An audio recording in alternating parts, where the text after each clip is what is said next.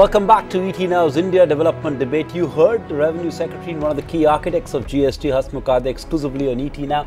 Now let's get a pulse of the mood of corporate India as we complete 1 year of GST. Joining us on the show, this special edition is Adi Godrej, Chairman Godrej Group, Harsh Mariwala, Chairman Marico, and Rashesh Shah, President FICCI and Chairman and CEO, Edelweiss Financial Services. Thank you, gentlemen, for taking time and joining us on the India Development Debate. Mr. Godrej, let me start with you. It's been a year for the landmark reform and indirect taxes. Among all the benefits that GST was expected to bring, which to your mind has been the most visible on ground in the last 1 year? No, it's been a very successful reform. It'll add a lot to the Indian GDP growth. It has already begun to add tremendously to Indian GDP growth.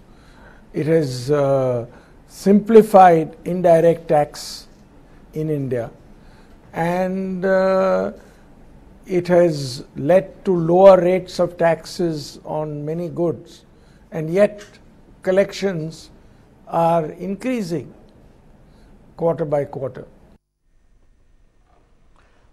Okay, let me take that across to Mr. Mariwala, and you seem to be gung-ho on this. The GST rollout, Mr. Mariwala, didn't happen without its set of challenges. There's no denying that there were early glitches. But how are things on the ground 1 year ever since it was launched for corporate India? Would you believe it's positive, or is it too early to tell? Or there have been too many glitches to begin with, so one can't say right now? What will the industry focus on over the next 6 months and over the long haul is one question. But I just want to understand from you, how has the journey been in the last 1 year? So I would say it was negative some time back when it was launched. Then it's definitely become neutral or mildly positive, I would say. Even the eBay bill also has gone off smoothly. So I would say that by and large, I think I would say that we are in a neutral to mildly positive zone as on today. But going forward, I think we will see improvements because the collection should improve. The form should simplify further. The fears associated with anti-profiteering and all are unfounded. There were fears around that area. So I would think that GST number of slabs also may come down. Some newer additional areas could get covered, like petroleum or real estate. So I am very optimistic that this is definitely going to help with an open mind. The government has a very open mind on this, and in the next 1 year we are going to see the very positive impact of GST on the overall economy. Coming Rashesh Shah, Mr. Mariwala says the impact was negative to begin with, neutral to mildly positive now. When do you see this having a decisive positive impact, and what needs to be done to ensure so over the short to medium term? I think the 3-4 things. I think one is the this simplified form and the user interface. So the technology glitches are still have to be ironed out, some of them. So I think another maybe 4 to 6 months of that will be a very important step in making it easier and making it more user friendly is one part. I think the second important landmark, when we cross 1 lakh crores a month collections on GST, we are very close to that. I think the next 3-4 months we should be able to get that. The third important one will be when we increase the ambit, where we can bring maybe fuel and petroleum products also inside GST, because that will have a huge impact even on inflation and prices as a whole as we go along. And the fourth and the last one will be when we reduce the rates even further and collapse the 5 slabs into 3 slabs, because eventually there should not be, according to us, more than 2 slabs, but I think we had 5. If we can go down to 3, that will also be a big achievement. So I think overall this has impacted, prices have come down. This has impacted overall prices because average tax rates have come down, and government has ensured that that fall in taxes has been passed on to the consumers. So I think consumers have actually benefited on that. Compliance has gone up. I think there is rule of thumb, everybody believes that at least 20% increase in collection is just forced compliance that has happened because of the GST system as a whole. Mr. Godrej, would like to just pick your brains into what extent has the shift towards a formalized economy happened? Do you believe the organized sector has gained to the extent everyone expected it to? Because the whole aim of the GST was to move India and the Indian economy towards a more formalized structure. Yes, I think most parties have done well. I think the only parties who have not welcomed GST and who are perhaps suffering from GST are the ones who used to avoid taxes in the past. Ones who used to not pay taxes in the past. Oh yes, don't expect to be rooting for them to be rooting for GST. But Mr. Mariwala, has GST been able to achieve its sort of a bigger objective of formalizing the economy? Because according to HSBC's report, they seem to indicate that glitches in GST regime have actually increased the demand for cash. And by when do you believe this increase in cash-based activity could diminish? What will it take to ensure that? I think if the simplicity is brought into the GST form filling and whatever GST is done, it will be easier for the small traders to comply with GST. And I think the bigger issue is the complexity of form filling and things like that. I don't think people can escape and start doing business in their old ways because they are vulnerable to be caught. So I think it's a matter of time again that GST will bring in all the players who are not complying or who are doing business outside the GST regime or not paying taxes.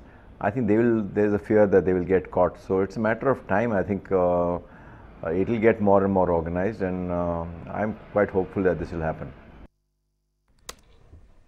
Okay, business can't be done as usual and not by the guys who want to escape the tax structure. But Rashesh, coming to you, well, one of course can't dispute at all that the GST has to be made easier for the small trader to comply with, which will ensure its success, like Mr. Mariwala is pointing out there. But how concerned are you about the fact that cash is back in full force? I mean, the HSBC report also says, in fact, the demand for cash has actually gone up instead. And to that extent, has GST failed to formalize the Indian economy? I don't think so. I think if you look at the number of, the filings, the number of taxpayers and all has gone up.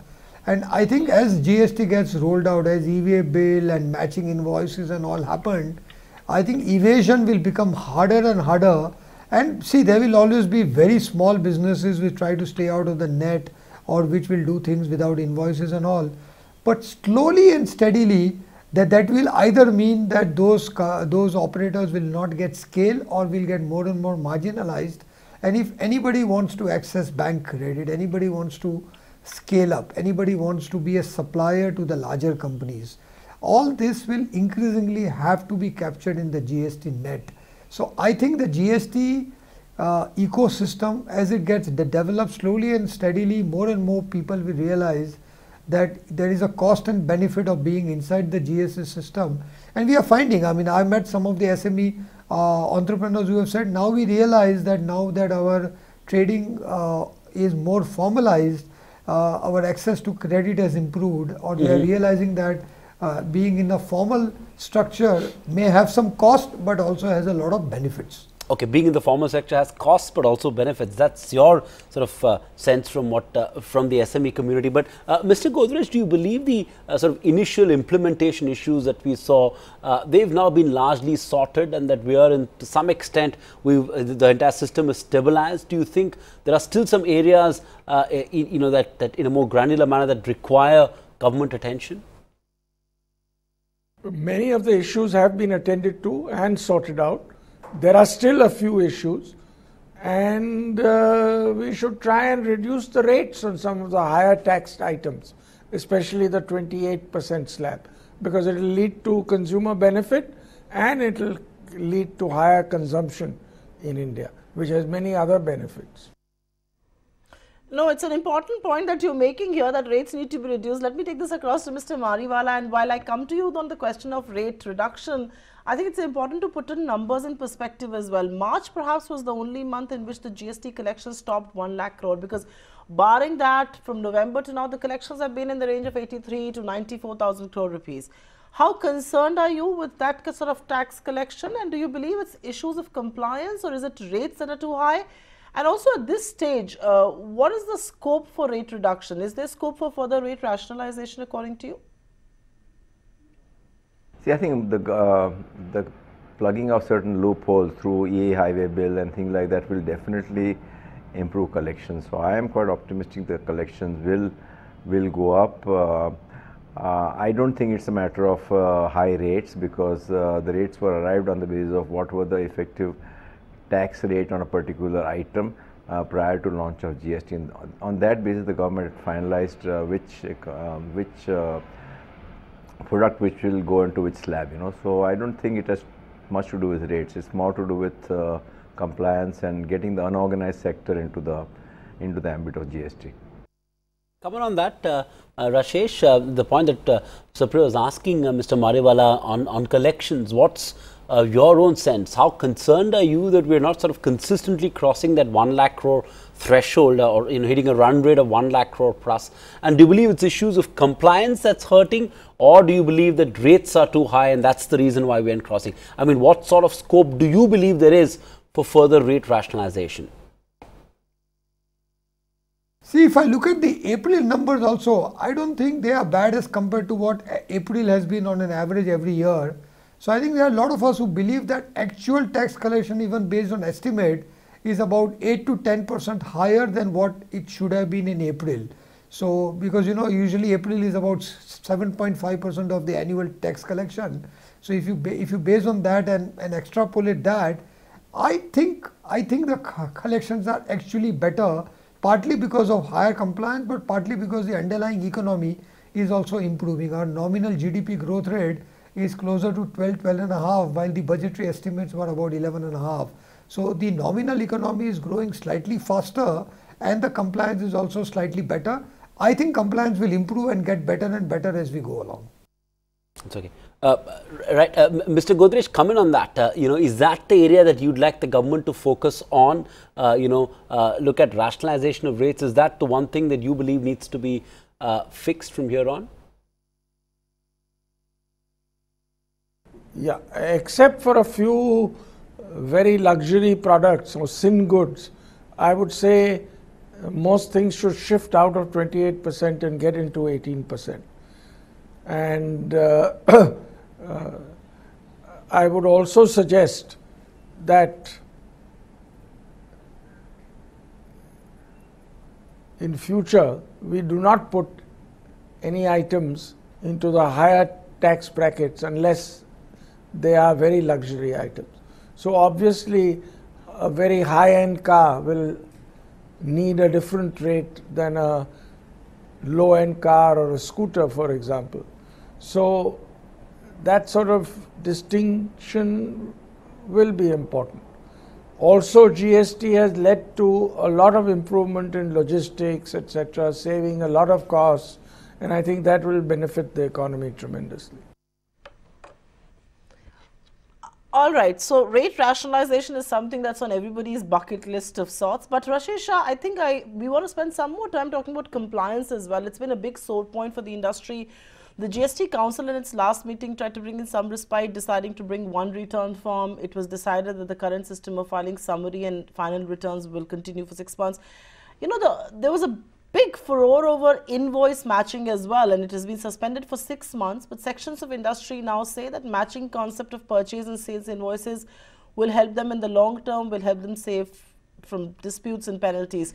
Do you agree? And I think the larger question, when we talk about compliance on the GST, is that what is that sweet spot of compliance where the GST, includes as many people as possible, leakages get, plugged, as well as it's a sweet spot for Indian industry as well, where it doesn't become too difficult for the small guys to adhere to, and everybody carries on. I think three things on that. First is the simplified form will be a big change, and it is required. I think the government should ensure that all stakeholders are consulted, and there is a lot of back and forth iterativeness that is done before it is rolled out, so that when it is rolled out, adoption becomes very easy. So that is, I think first and foremost, that's the more important thing. I think the matching of invoices is absolutely required, if not in 6 months at some point of time, because that is the only way, as you said, disputes and credits and all will be given, and that is, I think, almost required. It is a must. So I think both of this are very important, and compliance will improve as it becomes harder and harder to stay out of the net, But I think I've learned one thing, in capital markets in last 25 years, I've seen a lot of change, a lot of compliance, governance requirement. Compliance is also a habit. So I think GST will also form new habits of doing business, because I think as the country is evolving, we also try to change habits, and as you know, habits are very hard to change, and sometimes they have to be forced. And I think GST will force some new habits in the working of the economy in India, and in a good way, and that will also improve compliance as we go along. That's true. Compliance is a matter of habit more than anything else. It's a matter of mindset. But Mr. Mariwala, will you, at some stage, there's been too much blame that's been apportioned of the government as far as a faulty, messy, shabby GST is concerned. But will you blame the industry also at one level, insisting on differential treatment time and again? I mean, look at the lobby that's now insisting on a sugar cess. You and I both know it won't stop there. Tomorrow it's going to be jute and leather and, rubber and all of those industries that will make similar demands. See, I think industry or some players in industry may ask for something, but the government has to decide, that you can't go on tinkering the GST system by putting in a cess, because GST is one tax regime and you can't go on making it more complicated. So I think the government has to put its foot down in terms of not doing deviations from the desired path. Good to hear you say that, that the government has to put its foot down and not give in to every demand of India Inc. But Rashesh, there's been a constant clamour for including petrol and diesel under GST besides other exempted products. Do you think that's going to be feasible at all? It's almost being touted as this magic wand, but the revenue neutral rate may make it tough. Besides, the fact that we have general elections coming in less than 10 months from now is not going to ensure that state governments are going to be very jittery to come in on this proposal. What's your own sense? Yeah, I think it's an important issue, and what has happened in fuel, it's not just that it is an important income item, revenue item for states, but also most the states have ad valorem rates on petrol prices. So as the petrol prices have gone, as the fuel prices have gone up, the state's income has also gone up because they are on ad valorem rates, which is actually one of the biggest anomalies. So when it comes inside GST, then at least there will be some uniformity around that, and you will be able to cut taxes, because fuel prices, petrol prices has a huge impact on inflation, has a huge impact on Aam Aadmi, common man gets impacted a lot. So we do believe that bringing it in the GST regime will make it more controllable, more manageable and more uniform, but it will be hard to get states on board, especially when fuel prices are going up, because of being ad valorem, their incomes also going up. So I think maybe hopefully when fuel prices come down in the future, the political consensus on this might be easier, but as of now, I think it's going to be harder to do, but we should still continue to push for it and ask for it. Okay, fair point indeed, but Mr. Mariwala, I think the other point that the industry had raised a lot of concerns over when the GST was being rolled out, and continues to be a sore point also, is and the anti-profiteering measures. Now, how has the experience been there? There is a threat of multiple advanced ruling authorities issuing various rulings on the same issue, which perhaps at times could be contrary to each other. I'm just trying to understand from you, to find a solution, what could a credible mechanism out of this entire mess really be? So I think you have a larger issue of basically advanced ruling, and what basis, who is going to do it? Is it going to be multiple agencies or is it going to be one agency? And I think there may be a need to have one agency on that front so that they can address all the issues, because it could be interpreted differently by different agency if it is done by multiple agencies. So I see a need for a centralized authority or centralized body to get advanced ruling. I think that's more important. To that, Rashesh, Mr. Mariwala believes a centralized anti-profiteering authority will help mitigate multiple advanced ruling authorities that may sort of issue contradictory rulings. Do you agree with that? After all, Indian industry and government can't be locked in legal warfare over profiteering. True. I think this profiteering was anyway, an issue that has always been there. I think a centralized one uniform body will be easier, but on a long-term basis, our view has been very clear that the profiteering clause and the concept should be for a short-term basis, because we were transitioning from old rates to new rates. on a long-term basis, the competition in the marketplace should allow that, because this profiteering was only there because some items rates were coming down and government was keen that those reduction in rates are passed on to the consumers. So we don't think there is a need for a permanent anti-profiteering cell in any case, because that will create another body and another bureaucracy with its own issues. There should be a clear timeline that while this transitioning is happening, the anti-profiteering cell will work up to a point, and after that let the market competition and producer and consumer behavior dictate what prices should prevail in the market. All right, fair point. Mr. Godrej, coming to you. For the Godrej Group, one of the giants of Indian industry, what are the differences in business methodologies, both qualitative and quantitative, that the GST has brought about? And the larger question, forget about the macro growth, has it been able to aid growth for business? Well, we have seen a lot of simplification. We have seen a lot of good growth. We have seen a lot of benefits to our consumers, as a result of which consumption is going up. We are seeing good growth, and in the quarters of this financial year, starting with the April-June quarter, we expect these growths will be even better. Fair point. Quick closing comments then, Mr. Mariwala, your 3 big suggestions where the government should focus its energy on from here on.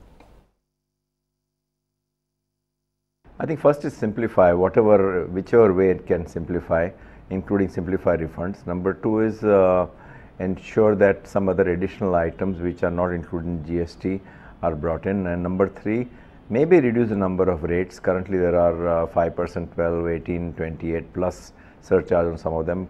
Condense the rates. At least 12 and 18 can easily be condensed to combine in one rate.